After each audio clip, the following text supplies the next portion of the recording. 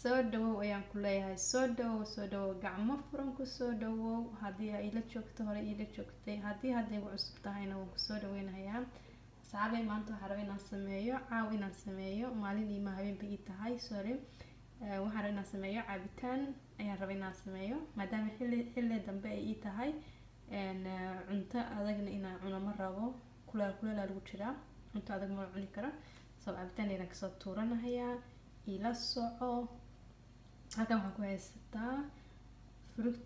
haystaa fructiga ma garanayno wadankeena yaalo, maybe inuu yaalna waa laga yaabaa. halkan waxaan ku haysanaa avocado ayaan ku haysanaa. avocado wadankeena way taalaa masha Allah, waa wax isiya qof walba uu heli karo. halkan waxaan ku haystaa cambe ayaan ku haystaa. sidoo kale waxaan inaan ka sameeyo caanahaas ayaan ku darsanayaa. caanahaas aad ay ku anfacayaan 2 bilood oo ku ooli karaan guriga dhexdiisa. uma baahna inaad fridge gelisid, meel ayaa iska dhigan kartaa gurigaaga, meel qayb ka mid ah.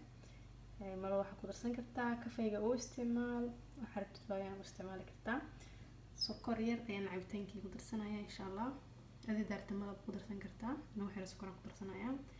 iyo waxaan ku darsanayaa caanaha turkiga, ciirta turkiga fadhida ayaan qaado ku darsanayaa.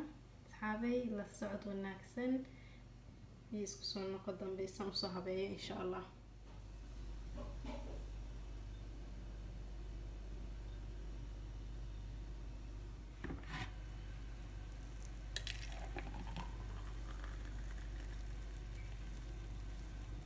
asxaabay markii cabitaankii aan soo habeeyay oo soo hagaajiyay sida u jeedid oo quruxda badan ayuu ku soo baxay. dhadhankiisa iska badaa, caraftiisa kaba sii daran. asxaabay haddii ku soo dhaweynaya, haddii aad ku cusubtahay waan ku soo dhaweynayaa gacmo furan. haddii aad hore ila joogto waa mahadsantahay daawashada daawanaysid. sidoo kale hadaa ka heshay videogan asxaabay like, comment, share.